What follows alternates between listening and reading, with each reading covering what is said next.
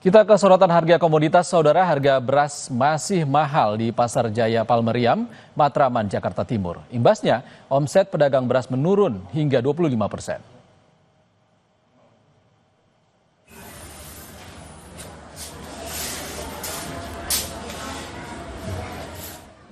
Di Pasar Jaya Palmeriam, Matraman, Jakarta Timur, harga beras masih mahal. Kenaikan harga mulai dari Rp500 sampai Rp1.000. Sedangkan harga beras per liternya yang sebelumnya Rp12.000 jadi Rp12.500. Naiknya harga beras dikeluhkan pedagang yang mengaku omset mereka turun hingga 25%. Pemerintah diharapkan bisa menstabilkan harga beras di pasaran.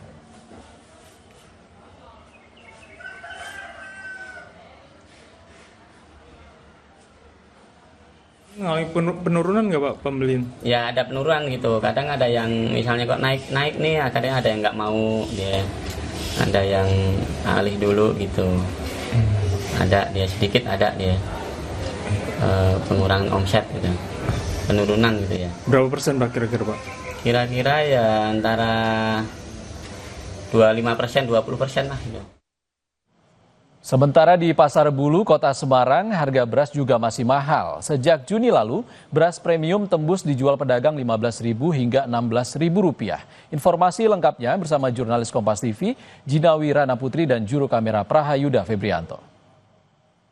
Ya saudara, harga beras di Kota Semarang ini masih tergolong tinggi, sekitar Rp15.000 hingga Rp16.000 per kilogramnya. Saya akan mencoba untuk berbincang kepada pedagang yang ada di Pasar Bulu, Kota Semarang, Jawa Tengah.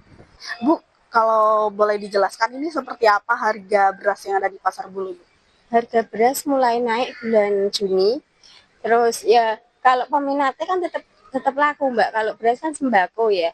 Tapi ya keinginannya tetap laku, pasarnya tetap ramai gitu aja. Terus SPHP udah ada minggu-minggu ini, harganya ya udah naik juga sih, SPHP 12,5.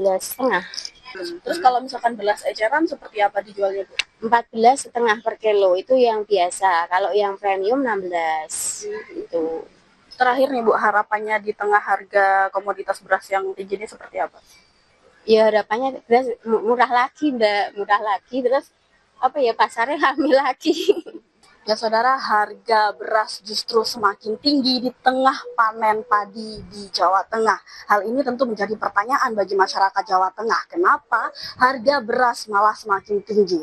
Nah, ini tentu saja masyarakat dan juga pedagang berharap agar harga beras bisa kembali normal sehingga masyarakat bisa membeli komoditas beras dan aktivitas pasar tradisional tentunya bisa kembali menggeliat. Jinawi Rana, Prahayuda Febrianto, Kompas TV, Semarang, Jawa Tengah.